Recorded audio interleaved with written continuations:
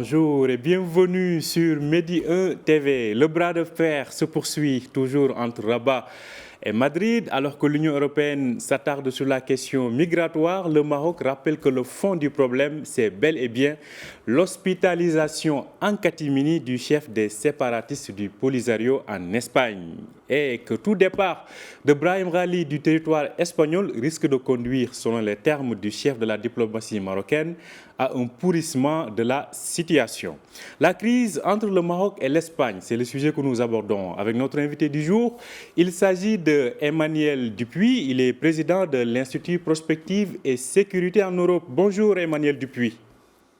Bonjour. Alors, on parle d'une situation qui pourrait s'aggraver davantage. Selon vous, qu'est-ce qu'il faudrait pour éviter ce pourrissement ?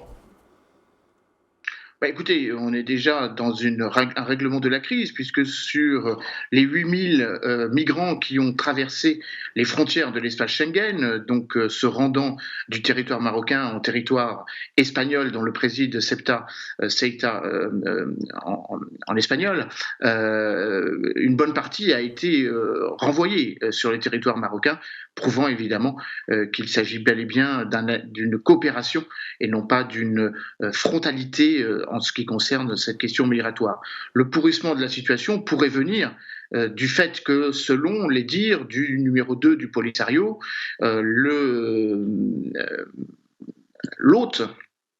l'invité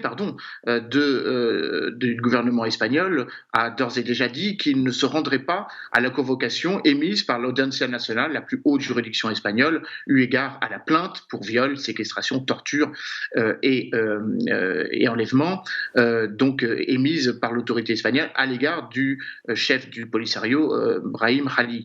Donc le pourrissement de la situation viendrait à ce que l'on puisse considérer que la question migratoire est une façon assez dilatoire de laisser exfiltrer, comme on l'avait laissé entrer, le chef du Polisario sur le territoire espagnol. Là, évidemment, on serait dans une crise encore plus grave.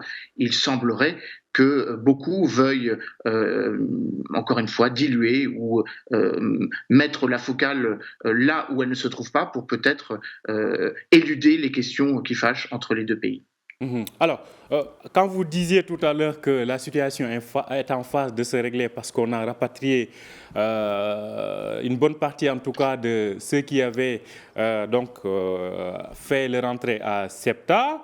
Alors, mais comme je le disais, pour le Maroc, la question migratoire n'est pas le problème. Le problème, c'est l'accueil en catimini du chef du Polisario en Espagne. Donc, comment on peut résoudre ce problème-là, ce problème de fond, en tenant compte de ce que le Maroc attend de son voisin espagnol, notamment la traduction devant la justice de Brahim Ghali? Alors, les deux questions ne sont pas liées, mais forcément, elles ont une réponse nécessairement convergente de la part de l'Espagne, puisque l'Espagne est sous accusation, le Maroc ne faisant finalement que demander des clarifications qui jusqu'à présent ont été un peu hésitantes, notamment celle qu'a prononcée la ministre des Affaires étrangères, Arantxa González Laya. La question maintenant de l'exfiltration ou la fin de l'hospitalisation de Brahim Ghali. Il est encore hospitalisé dans un hôpital à Logroño, au nord de l'Espagne. Mais bien évidemment, la question qui a été posée et rappelée par Nasser Bourita sur l'antenne d'LCI, précédemment sur Europe 1, qui en plus a été confortée ou confirmée par l'intervention dans la foulée de son homologue français Jean-Yves Le Drian, évidemment incite à ce qu'il y ait une clarification, une double clarification entre l'Union européenne et le Maroc en ce qui concerne la question migratoire, entre les pays qui aident et qui soutiennent le Maroc dans sa très forte mobilisation sur les questions migratoires.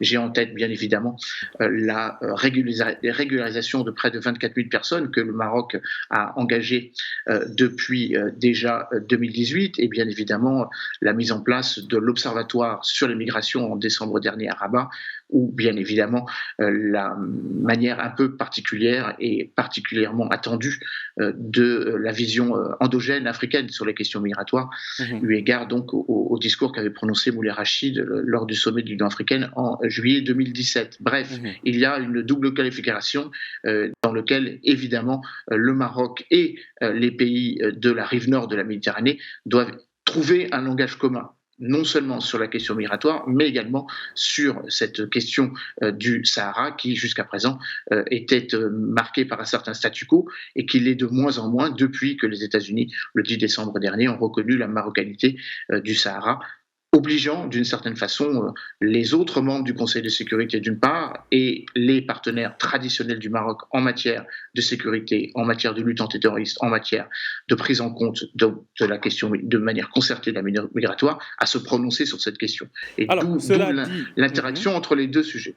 Alors, l'interaction entre les deux sujets, si on prend le cas de l'Union européenne, on a l'impression que l'UE ne s'attarde que sur un des volets du sujet, à savoir la question migratoire. Comment comprendre qu'elle puisse ignorer le fond du problème qui est politique ? C'est beaucoup plus simple de rappeler que l'Union européenne aide le Maroc, pas beaucoup, 400 millions d'euros, c'est tout à fait dérisoire, ça ne représente que 20% de la mobilisation financière que le Maroc engage dans la lutte contre la migration criminelle. Près de 20 000 membres des forces armées royales sont engagés sur ce dispositif et comme je le disais, le Maroc dépense entre 1,5 et 1,6, 1,7 milliards d'euros pour cette question. Or, pour aller dans le sens de votre question, il est beaucoup plus simple de rappeler ce que l'Union européenne et le Maroc font, ou en tout cas ce que l'Union européenne donne, ou la manière dont l'Union européenne aide le Maroc sur cette question, en oubliant évidemment que c'est nettement moins important que les sommes absolument considérables que nous donnons à la Turquie, près de 6 milliards d'euros, pour traiter une question qui est certes moins importante en termes volumétriques, mais qui est qualitativement, ou en tout cas a les mêmes racines et les mêmes fondamentaux. Et il est beaucoup plus simple de rappeler l'importance de la coopération.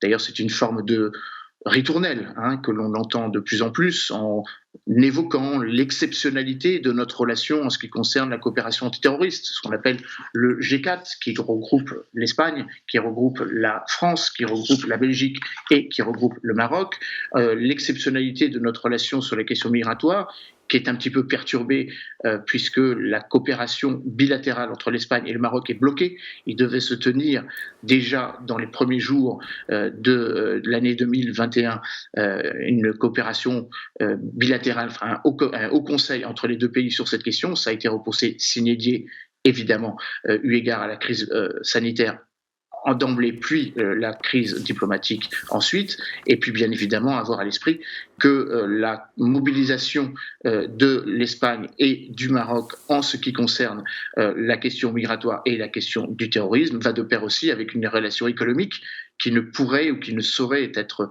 durablement perturbée.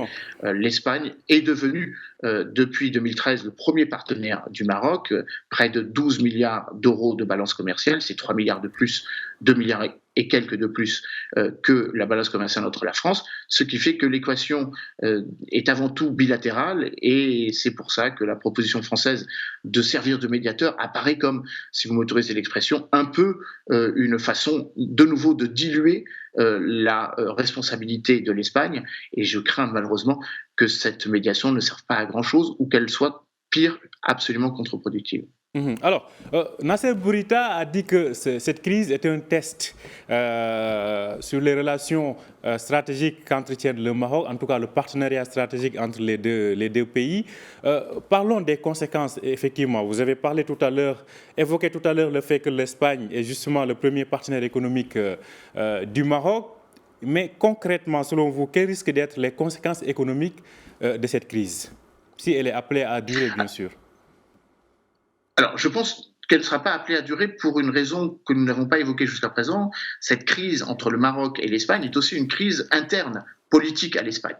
Le gouvernement de Pedro Sánchez, issu des dernières élections législatives de novembre 2019, est très fragile. Il est d'autant plus fragilisé que les dernières élections régionales du 4 mai dernier ont montré que le Parti socialiste espagnol et ses partenaires, le parti Podemos d'extrême gauche, qui a très fortement diminué ou régressé en termes de légitimité politique, et son autre partenaire qui est le Parti socialiste catalan, ont sans doute vécu leur dernière mois ou semaines, je ne veux pas non plus trop me prononcer de faire de prospective électorale, mais il me semble que la très large victoire du Parti populaire associé avec le parti d'extrême droite Vox montre qu'il y a sans doute un règlement de la crise qui viendra du changement de direction politique en Espagne.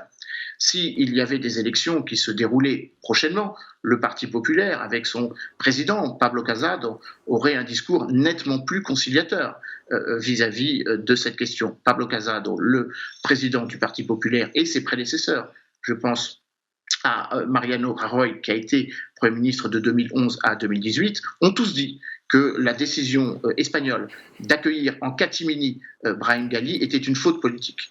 Et ils ont interrogé le Premier ministre en lui demandant de s'expliquer, ou en tout cas de trouver les mots pour ne pas aggraver la situation. Donc mon premier élément de réponse, c'est de dire que cette crise trouvera d'abord une réponse en Espagne.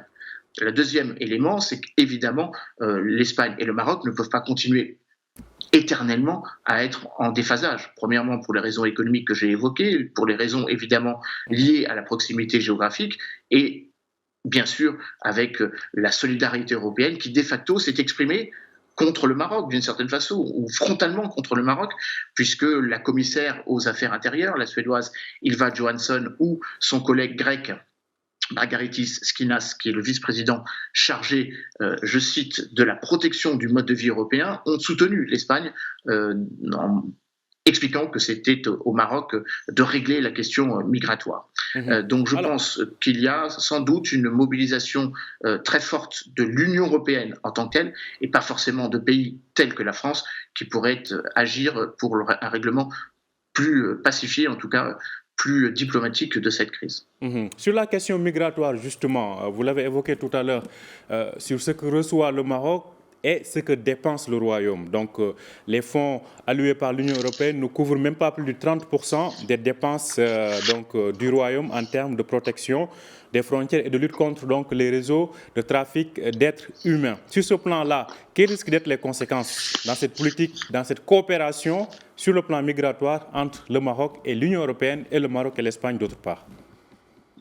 Déjà, cette crise a au moins une vertu, de montrer que l'Union européenne ne fait pas assez sur cette question.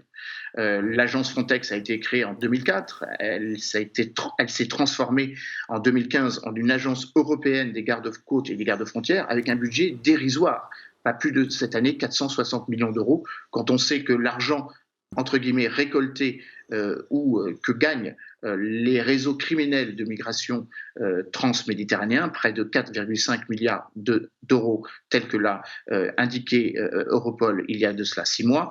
Évidemment, cela montre que l'Europe est un petit peu prise au piège d'un désengagement ou d'un désinvestissement sur cette question. Donc ça veut dire que l'Europe ne peut pas être considérée comme une forteresse en face de laquelle elle n'aurait non pas des partenaires, mais des pays qui posent problème. Donc cela implique une plus forte coopération, une plus forte coordination de part et d'autre de la Méditerranée sur cette question, et ne pas considérer que l'espace Schengen est un mur infranchissable sur lequel l'Union européenne entend garantir la protection de ses frontières. Donc ça, c'est un élément qui, me semble-t-il, ressort un peu de cette crise.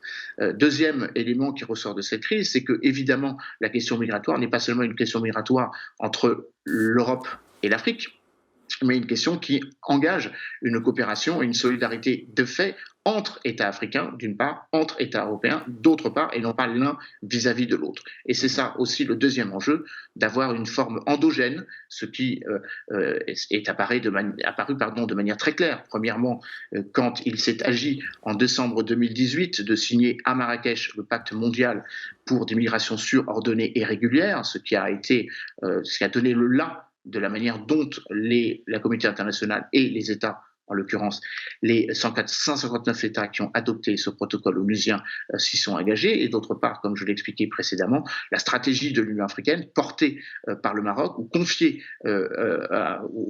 au leadership ou au patronage marocain, comme tel que ça a été confirmé lors du 5e sommet de l'Union européenne Union africaine en novembre 2017 à Abidjan. Donc il y a sans doute un double travail à effectuer entre États africains eux-mêmes, dans le cadre de l'Union africaine, peut-être demain dans le cadre d'une CEDEAO élargie, puisque le Maroc entend s'y engager pleinement, ou en tout cas confirmer son intérêt pour la zone, et puis bien évidemment au niveau de l'Union européenne, où là évidemment c'est peut-être précisément là où, si vous m'autorisez l'expression, le bas blesse un peu. Alors, une dernière question, Emmanuel Dupuis, c'est sur la question de la lutte contre le terrorisme. Pensez-vous qu'aujourd'hui, on peut se passer du rôle du Maroc dans la protection face à tout ce qui touche au terrorisme concernant donc la rive nord de la Méditerranée? On peut d'autant moins s'en passer que les services de renseignement marocains ont été particulièrement vigilants et particulièrement participatifs ou coopératifs en la matière. On se souvient peut-être de l'attentat qui avait visé le marché de Berlin en 2016, au cours duquel les services de renseignement espagnols avaient livré au service de renseignement allemand, le BND, un certain nombre d'informations qui malheureusement ne sont pas arrivées suffisamment tôt pour carence de coopération entre les différents services allemands. On se souvient également, ou on a plutôt en tête, le fait que l'Espagne, la France et le Maroc coopèrent, comme je le disais, à travers une structure qui s'appelle le G4, de manière très active pour anticiper les menaces sur les différents territoires nationaux. L'attentat qui a été déjoué à Béziers avec une cellule djihadiste, une cellule constituée autour d'une jeune djihadiste franco-marocaine dans la banlieue de Béziers, est un autre exemple de la manière dont les services de renseignement coopèrent et donc s'informent mutuellement. Donc évidemment, la lutte contre le terrorisme ne peut pas se passer de cette coopération entre les deux rives, mais elle ne peut pas non plus se passer d'une coopération intra-africaine. L'interconnexion entre les instabilités dans la zone sahélo-sahélienne et les instabilités au sud, ou dans la partie du sud-ouest du Sahara, sont aussi un élément particulièrement important qui nécessite une plus forte coopération, que ce soit entre le Maroc et la Mauritanie, ça va beaucoup plus facilement qu'entre le Maroc et l'Algérie, bien sûr.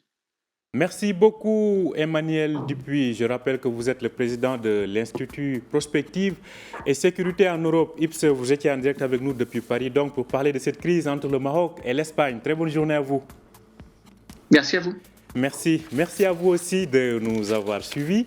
Je rappelle que vous pouvez retrouver cet entretien sur notre site www.medianews.com. Très bonne journée et très bonne suite de programme sur Median TV.